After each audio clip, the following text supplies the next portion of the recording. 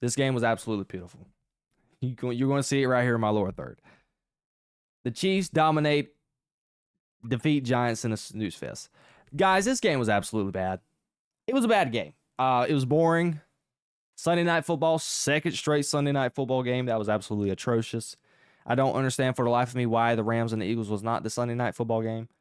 I don't even know why it was not a 1 o'clock game and it wasn't nationally televised. They should have, and I even said this to somebody yesterday. They should have swapped out the Dallas Cowboys and the Bears for the Rams and the Eagles. That should have been America's game of the week. I understand it's the Dallas Cowboys and Chicago, two super big markets. I get it, but still, Rams, Eagles, such a better matchup to watch. But let's get to this game. And let's talk about the Chiefs. The offense is still not where it needs to be. And I got to be totally honest with you. The Chiefs right now, I think their defense is good enough to get them to a Super Bowl. But at some point, this offense has to get consistent. We need that Kansas City Chiefs offense that was pretty much when they got the ball, you were scared.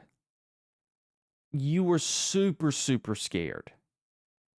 And I was about, I was trying to find a word to use. That's why I said super, super scared. Couldn't find a word without having to use a cuss word. But you were terrified of Patrick Mahomes and the Chiefs scoring a touchdown when they got the ball. With this offense that they have right now, teams are not scared of Patrick Mahomes getting the football and scoring on them. They're not.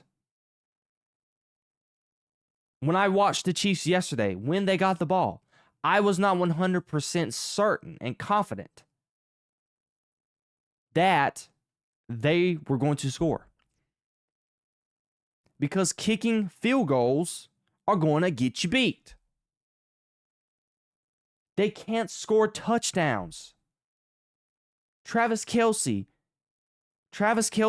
and Patrick Mahomes does not seem like they cannot get on one accord. Travis Kelce looks slow. He does not look interested into the game. It's the same things that he did last week that caused his team to lose. You have to find a way to score touchdowns like they did in the second half. They scored 2 touchdowns in the second half, but that has to happen throughout the entirety of a game.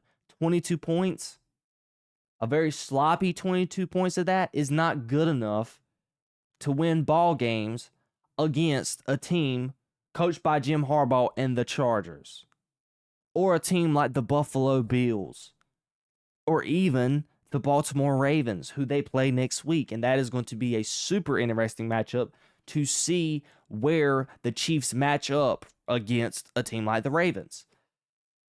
Because if they cannot beat the Ravens, they're in a tough spot.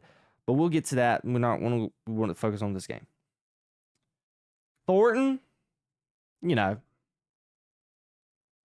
was pretty good. And he's right now seems like the only viable target for Patrick Mahomes at the moment. And the only person that Patrick Mahomes seems comfortable to go to. Tyquan Thornton had 5 catches for 71 yards and 1 touchdown. Travis Kelce, 4 for 26, absolutely non-existent. Juju Smith-Schuster, he made a couple catches here or there. The run game for the Kansas City Chiefs are still not able to get underway. They're still not firing on all cylinders quite yet, and they still leave a lot to be desired. But with that, as well as their defense is playing, and their defense is playing at a really high level right now, and they are the only reason why the Chiefs have been even having a chance to win these last couple of games that they have been able, been in. With that defense, and granted, the defense, they've been on the field a lot. They have not been able to, and the Chiefs offense has not been able to manage the time of possession. They cannot keep the ball in their hands on offense. They're leaving the defense out there, Chris Jones and everybody. Can they get injured down the road?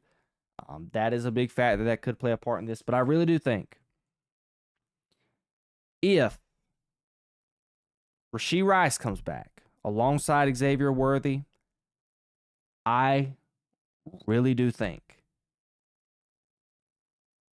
that the Kansas City Chiefs can get back some of their sparkle.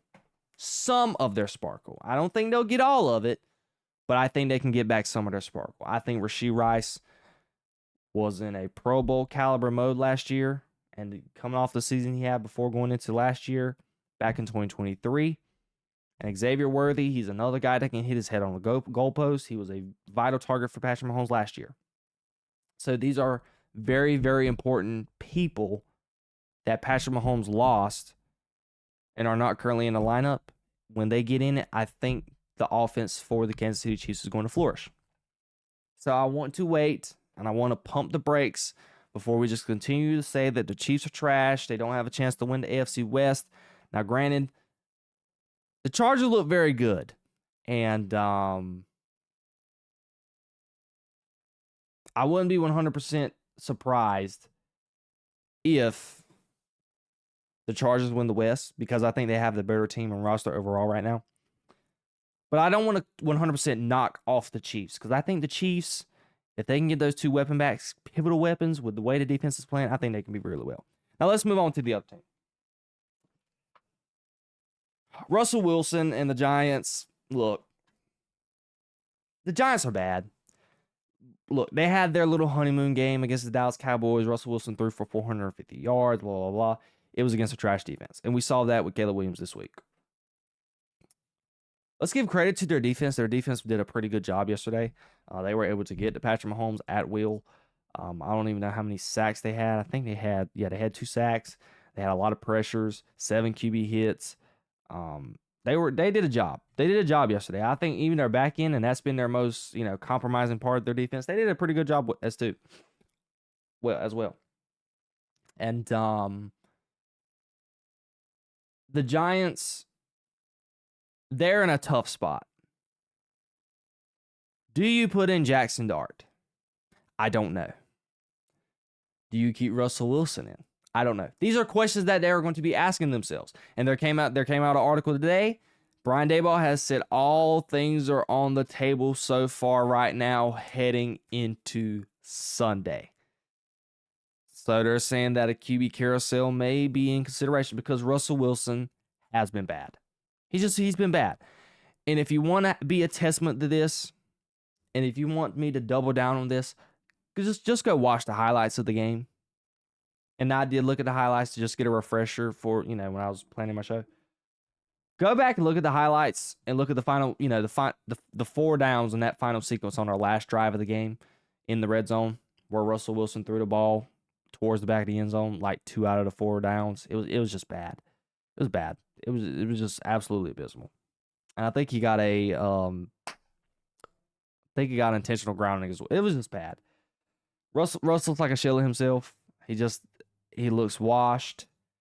The offense cannot do anything. There was this interesting stat that Dan Orlowski came up with today that stated Russell Wilson is 16 for 32 targeting Malik Neighbors this season. They have not been able to mesh on any type of front so far this year. Even just taking away last week's performance against the Dallas Cowboys, most of Malik Neighbors' targets came over the top, when Russell Wilson was just throwing a prayer. But Russ just looked bad yesterday. Even towards the end of the second half, that interception he threw in the end zone, forcing the ball to Malik Neighbors, it was bad. He's not accurate. He's not seeing the field well. And if Brian Daboll wants to save his job, Jackson Dart is going to be trotting out there for meaningful snaps. He was out there yesterday for a couple of snaps. They were run plays. But Jackson Dart, I think coming into next week, he is going to be taking meaningful snaps at the quarterback position. He is going to actually throw the football.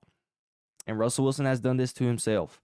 I know he stated when he's, after he won, he said he heard all the noise, and then everybody in week 2 thought he shut up the noise. But you just cannot come out here against the defending AFC champs, home opener of the season, and drop the ball like this. 18 for 32, 160 yards, no touchdowns, 2 interceptions. when you got an offense with Malik Neighbors at the wide receiver position, somebody like Cam Scatabo, he was running the ball well, catching the ball. He averaged 6 yards a rush yesterday, and you only muster 9 points. It's unacceptable. And at one point when Brian Burns got hurt in the second half, and I tweeted it on Twitter, the New York Giants the Giants fans were literally shouting, "We want Jackson," when Brian Burns was trying to get helped off the field. That is how fed up these fans are with Russell Wilson. He's just not good. Let Russ cook, but Russ has been cooking for just a little too long, and I think the sun has set on his career. It did not work in Denver with Sean Payton. How do you expect it to work in Pittsburgh, and how did you expect it to work in New York with Brian Daboll? I think the stat came out that it's been December since Russell Wilson last won a game. We know how he ended the season last year with the Pittsburgh Steelers, losing 6 straight games. And he's not the answer. I have been on the side of, when it refers to starting these young quarterbacks, do you let them sit or do you start them right away? I've always been an advocate for just not starting them right away, letting them sit. But at this point, for Brian Daboll to save his job, you might have to start Jackson Dart, because offensively they scored 15 points in 2 games. Not counting the Dallas Cowboys game. In 2 games, they've scored 15 points. With an offense with Malik Neighbors at quarterback, at wide receiver, and Cam Scatabo at the running back position. The offensive line is not the best. That's another reason why you really don't want to trot Jackson Dart out there. There's multiple of reasons why. But if Brian Daboll wants to save his job, it's going to have to be the answer. If you want to go half and half, make it more competitive, try and get a little, competitive juices out of Brian Daboll. Get a little bit of competitive juices out of Russell Wilson and Jackson Dart. But you got to do something. And something's got to give. And just the Kansas City Chiefs, they're bad. They're not a top 10 team right now. If they were in the playoffs, I would not be shocked if they made the playoffs as presently constructed. And they are a one-and-done team. In the trade deadline, I would possibly be looking at a receiver position. I would be checking on Tyreek Hill. Maybe even a running back. But both of these teams have a lot of issues after last night's game. And the Giants have them. You can argue that the Giants might have the most glaring ones. You may argue that the Chiefs may have the most glaring ones. But we can all come together and say that game was pretty bad. It's pretty abysmal to watch. Not fun whatsoever. And hopefully this coming up week, we got the Dallas Cowboys meeting the Green Bay Packers on Sunday night. But I think that's going to be an absolute blowout. I think the Packers, coming off an embarrassing loss against the Cleveland Browns, I think they might end up beating the Dallas Cowboys by 17 plus. You got somebody named Micah Parsons coming into town. But that's neither here nor there. What do you guys think? I want to know all of your comments down below.